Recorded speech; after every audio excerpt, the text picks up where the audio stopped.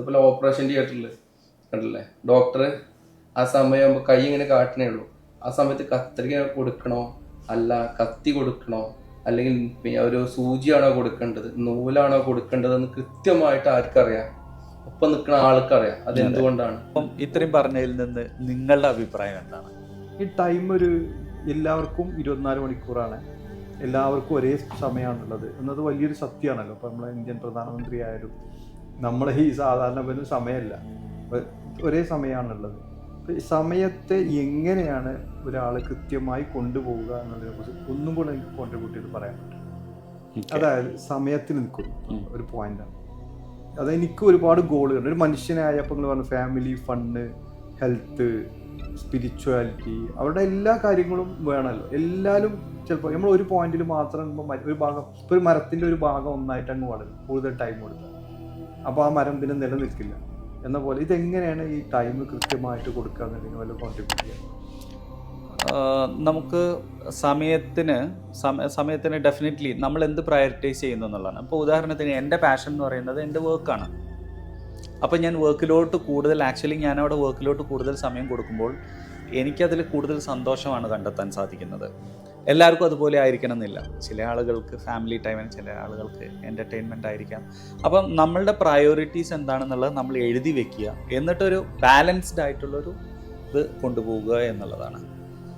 അതാണ് എൻ്റെ അഭിപ്രായം. എന്താണ് നിയാസിക്കയുടെ അഭിപ്രായം? പിന്നെ എന്താണെന്ന് വെച്ചാൽ നമ്മളെ ബിസിനസ്സിനെ കുറിച്ചിട്ടുള്ള ഐഡിയകൾ, കാര്യങ്ങൾ നമ്മളെ ടീമിന് ആദ്യം അറിയണം.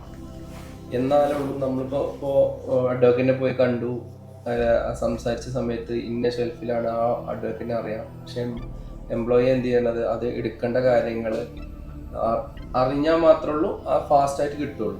അറിഞ്ഞിട്ടില്ലെങ്കിൽ എന്താണ്, അത് തെരഞ്ഞെടുത്തിട്ട് വേണം എടുക്കാൻ വേണ്ടിയിട്ട്. അപ്പൊ അവിടെയും ടൈം ഡിലേ ആണ്. പക്ഷെ നമ്മൾ എന്താണോ ഉദ്ദേശിച്ചിട്ടുള്ളത്, നമ്മൾ എന്താണ് എവിടെ എത്താനാണ് ഉദ്ദേശിച്ചിട്ടുള്ളത് എന്നുള്ള എല്ലാ കാര്യങ്ങളും നമ്മൾക്ക് അറിഞ്ഞതുപോലെ തന്നെ ക്രിസ്റ്റൽ ക്ലാരിറ്റിയോട് കൂടി നമ്മളുടെ ടീമിനറിയാം.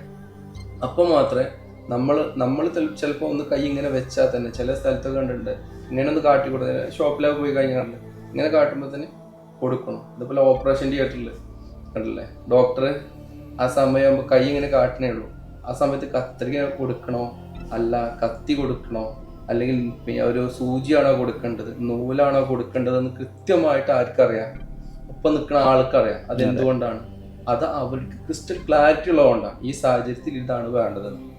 അതുപോലെ തന്നെ ആവണം നമ്മളുടെ ടീമിൽ നിൽക്കുന്ന എല്ലാവർക്കും നമ്മളുടെ ഗോൾസും എല്ലാ കാര്യവും കൃത്യമായി അറിയുമ്പോഴേ അതിനനുസരിച്ച് അവർ വർക്ക് ചെയ്യും. ഇപ്പോൾ എക്സാമ്പിൾ, ഇപ്പോൾ നമ്മളൊരു ഇൻസ്പെക്ഷന് വരുന്നുണ്ട്, അല്ലെങ്കിൽ ഇൻസ്പെക്ഷന് നമുക്ക് ചെയ്യാൻ പോവാണ് എന്ന് നമ്മൾ ടീം ഒന്ന് സെറ്റ് ചെയ്യുന്നതിന് നമ്മൾ ആ സമയത്ത് ഇന്ന ദിവസങ്ങളിൽ ഇൻസ്പെക്ഷൻ വേണമെന്ന് പറയുമ്പോൾ ഓട്ടോമാറ്റിക്കായിട്ട് ആ ഇൻസ്പെക്ഷൻ ചെയ്യണ ആൾക്കറിയണം ഞാൻ എവിടെയൊക്കെ എന്തൊക്കെ എപ്പോഴൊക്കെ എത്തണം എന്നുള്ള പ്ലാൻ വേണം. അത് അറിഞ്ഞിട്ടല്ല ചെയ്യേണ്ടത്, അറിയാതെ ചെയ്യേണ്ടതാണെന്നുള്ള ബോധം ആർക്ക് വേണം? ഇൻസ്പെക്ഷൻ ചെയ്യുന്ന ആൾക്ക് വേണം. അങ്ങനെ ഓരോന്നിനും ക്രിസ്റ്റൽ ക്ലാരിറ്റി ആക്കി ചെയ്താൽ മാത്രമേ ഉള്ളൂ ഇത് എല്ലാം ഫാസ്റ്റ് ആവുള്ളൂ. അപ്പോഴാണ് ഒരു ഓണർ എല്ലാ കാര്യങ്ങളിലൊക്കെ അറിഞ്ഞിരിക്കേണ്ട ആവശ്യം വരുന്നില്ല. ഇപ്പം ഞാൻ ചെയ്താലേ അത് പെർഫെക്റ്റ് ആവുള്ളൂ എന്ന് വരുന്നത് എപ്പോഴാണെന്ന് വെച്ച് കഴിഞ്ഞാൽ അത് ക്ലാരിറ്റി ഇല്ലാത്തപ്പോഴാണ്. അതായത് ഒപ്പമുള്ള ആളുകൾ ക്ലാരിറ്റി ഇല്ലെങ്കിൽ നമ്മൾ ചെയ്താലേ ശരിയാവുള്ളൂ എന്നുള്ള മൈൻഡിലേക്ക് അത് പോകും. നമ്മളെ ആദ്യത്തെ ചോദ്യം എന്തായിരുന്നു, ഞങ്ങൾ ഒരു ഗ്രേ മാർക്കറ്റിലാണുള്ളത്. എൻ്റെ ആളുകളുടെ പ്രശ്നം അവർക്ക് ടൈമില്ല. എന്താണ് ബിസിനസ് ചെയ്യുന്നത്? ഞാൻ മൊബൈൽ ഫോൺ ബിസിനസ്സാണ് ചെയ്യുന്നത്. എൻ്റെ ഷോപ്പിൻ്റെ പേര് ഡ്യൂഡ് ടെലികോം ആണ്. ഞാൻ പറഞ്ഞു വന്നത്, മൊബൈൽ ഷോപ്പായാലും നമ്മളൊരു 10 ഷോപ്പുള്ള ഒരു ബിൽഡിംഗ് എടുത്താൽ അതിൽ 1-2 ഒരു മൊബൈൽ ഫോണിൻ്റെ ഷോപ്പുകളുണ്ടാവും. ഞാൻ അവരുമായിട്ട് നിരന്തരം കണക്ട് ചെയ്യുന്നത്, പല പ്രശ്നങ്ങളും അവർ പറയാറുണ്ട്. അതിനൊക്കെ ചലഞ്ചല്ല, അല്ലെങ്കിൽ നമുക്കിതിലെ ഓപ്പർച്യൂണിറ്റിയാണ് എന്ന് ഞാൻ അവർക്ക് പറഞ്ഞു കൊടുക്കാറുണ്ട്. ഇതൊക്കെ പറയുമ്പോൾ അപ്പം കേൾക്കും, ഒരു എനർജിക്കൊക്കെ ആയിട്ട് പോകും. പിന്നെ അവരുടെ ഓപ്പറേഷൻ തന്നെ തിരക്കാണ്. അതിന് ഞാൻ നിങ്ങളോട് ചോദിച്ചത് എന്താണ് അവർക്ക് കൊടുക്കുക. ഒന്നാമത്തെ കാര്യം നിങ്ങൾ പറഞ്ഞാൽ ടൈം എന്താണ്, അല്ലെ? ആ ടൈമിൽ തന്നെ നമ്മൾ വീണ്ടും ഫോക്കസ് ചെയ്യണം. ടൈം അവർക്കില്ല എന്ന് പറയുന്നത് എന്തുകൊണ്ട് ഞാൻ അതിലേക്ക് ഒന്നുകൂടെ കോൺട്രിബ്യൂട്ട് ചെയ്യുന്നത്, ഒരു പേഴ്സണാണല്ലോ ടൈം ഇല്ലാത്തത്. പേഴ്സണും ഒരു ഷോപ്പ് മാത്രം പോരല്ലോ. ഇന്ന് അവന് ഷോപ്പിലാണ് 24 മണിക്കൂറും വർക്ക് ചെയ്തുകൊണ്ട് ഓടിച്ചാടി നടക്കുകയാണ്. ഒരു പേഴ്സണ് ഞാൻ പറഞ്ഞില്ലേ ഒരു 9 മേഖലകളുണ്ട്. അവന് കുറച്ച് ചിലപ്പോൾ അവൻ്റെ പേഴ്സണലി ആയിട്ട് അവനുടെ ഫാമിലി റിലേഷൻഷിപ്പുകൾ സൂക്ഷിക്കേണ്ടതുണ്ട്. 9 മേഖലകളിൽ അവർക്ക് പല മേഖലകളായിട്ട് അവർക്ക് കോൺട്രിബ്യൂട്ട് ചെയ്യാണ്ട്. ഓൺലി അവൻ്റെ ബിസിനസ്സിൽ മാത്രമല്ല, അവന് ഒരുപാട് ഗോളുകളുണ്ട്. അപ്പോൾ അതിലൊക്കെ അവൻ എന്ത് ചെയ്യണം, ഒരു ടൈം ടേബിൾ സൂക്ഷിക്കുന്ന രീതിയിലേക്ക് ടൈമിനെ കൃത്യമായൊരു ടൈം ടേബിൾ സൂക്ഷിച്ച് എല്ലാറ്റിനെയും ഉൾപ്പെടുത്താൻ അവൻ ശ്രമിക്കണം. അല്ലെങ്കിൽ തോറ്റുപോകും. എനിക്ക് ഇഷ്ടം ബിസിനസ്മാൻമാരാണ്, അവർ തോറ്റുപോകുമെന്ന് പറഞ്ഞാൽ എനിക്ക് സങ്കടമാണ്. അതുകൊണ്ടാണ് ഞാൻ ഇവിടെ ഈ ഒരു നമ്മൾ ഇങ്ങനെ ഒരു ചർച്ചയ്ക്ക് തന്നെ മുന്നിട്ട്. അതുകൊണ്ടാണ് ഈ ഓടുന്ന എൻ്റെ കൂടെ ഞാൻ ഓടിയുന്നു, അങ്ങനെ എൻ്റെ കൂടെ അന്ന് ഓടിയുന്ന ആളുകൾ ഇന്നും ഓടിക്കൊണ്ടിരിക്കുന്നുണ്ട്. അവരെ നമുക്ക് സഹായിക്കണം എന്നുള്ളതുകൊണ്ടാണ് പറഞ്ഞത്. അവർക്ക് ആദ്യം ഇങ്ങനെയൊക്കെ ഉണ്ട്. നിങ്ങൾക്ക് ഒരു ബിസിനസ് മാത്രമല്ല, നിങ്ങൾക്ക് പേഴ്സണൽ ലൈഫിൽ നിങ്ങൾക്കൊരു മെറ്റീരിയൽ ഗോൾ ഉണ്ടോ, എനിക്ക് ഇങ്ങനെയൊക്കെ വേണം, ഒരു മെറ്റീരിയൽ ഗോൾ ഉണ്ടോ, അതില്ലേ, ഉണ്ടാവണം. നിങ്ങൾക്ക് കുറേ സ്കില്ലുകൾ ഉണ്ടാക്കണ്ടേ നിങ്ങളുടെ പേഴ്സണൽ ഗ്രോത്തിന് വേണ്ടിയിട്ട് അല്ലേ. ചിലർക്കൊക്കെ ബുക്ക് എഴുതണമൊക്കെ ഉണ്ടാവും, ഓടായിരിക്കും, പഠിക്കണം, ഒന്ന് സ്പീച്ച് ചെയ്യണം, ഒരു വലിയ സ്റ്റേജിൽ വന്ന് സംസാരിക്കണം എന്നൊക്കെ ഇവർക്കൊക്കെ ഉണ്ട്. ഞാൻ അവരൊക്കെ പേഴ്സണലായിട്ട് സംസാരിക്കുന്നതാണ്. പക്ഷെ അവർക്ക് അങ്ങോട്ട് എത്താൻ കഴിയുന്നില്ല. അവർ 24 മണിക്കൂറും ഇതിനകത്ത് ഇതിൻ്റെ ഓപ്പറേഷനിൽ കെട്ടുകിടക്കണം. അപ്പോൾ അപ്പോഴാണ് നിങ്ങൾ ഒന്നാമത്തെ പോയിൻ്റായിട്ട് ടൈം പറയുന്നത്. അപ്പോൾ ഈ ടൈമാണ്, കൃത്യമായ ടൈം വേണം. ഇതൊക്കെ ആദ്യം ഈ ഗോളുകൾ എഴുതി വെക്കുകയും ആ ഗോളിനൊക്കെ എൻ്റെ ടൈമിൽ ഇത്ര സമയം നീക്കി വെക്കണം തീരുമാനിച്ചിട്ട് ഓരോ എൻ്റർപ്രണേഴ്സും അവരൊരു ടൈം ടേബിൾ ക്രിയേറ്റ് ചെയ്യണം എന്നാണ് എനിക്ക് പറയുന്നത്. കൃത്യമായൊരു ടൈം ടേബിൾ. മെഡിറ്റേഷൻ ഇത്ര ടൈം, അത് കഴിഞ്ഞ് കഴിഞ്ഞാൽ എൻ്റെ റിലേഷൻഷിപ്പിന് ഇത്ര ടൈം. അപ്പോൾ ആരൊക്കെ വിളിക്കണം, ഉമ്മാനെ വിളിക്കണം, ഭാര്യയെ വിളിക്കണം, മക്കളെ വിളിക്കണം, ഒരു ദിവസം അങ്ങനെയാണ്, പിറ്റേ ഒരു ദിവസം അല്ലെ അങ്ങോട്ട് പെങ്ങന്മാരെ വിളിക്കണം. അങ്ങനെ എല്ലാവരായിട്ടും കണക്ട് ചെയ്ത് പോകുന്നത്. അതിന് മറക്കുമല്ലെങ്കിൽ നമ്മൾ കണക്ട് ചെയ്യില്ല, നമുക്കെല്ലാം വിട്ടുപോകും.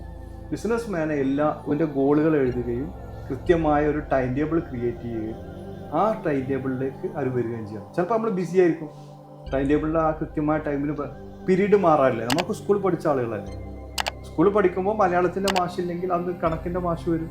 കുറച്ച് കഴിഞ്ഞാൽ പിന്നെ എന്ത് ചെയ്യും, ആ പീരീഡ് അങ്ങോട്ടും ഇങ്ങോട്ടും ചേഞ്ച് ചെയ്യും അല്ലേ. എന്ന പോലെ ചിലപ്പോൾ നമ്മളിപ്പോൾ റിലേഷൻഷിപ്പിനാണ് ഈ സമയം ചിലവഴിച്ചത്, ചിലപ്പോൾ അവിടെ ഷോപ്പിൽ ബിസി ആയിരിക്കും.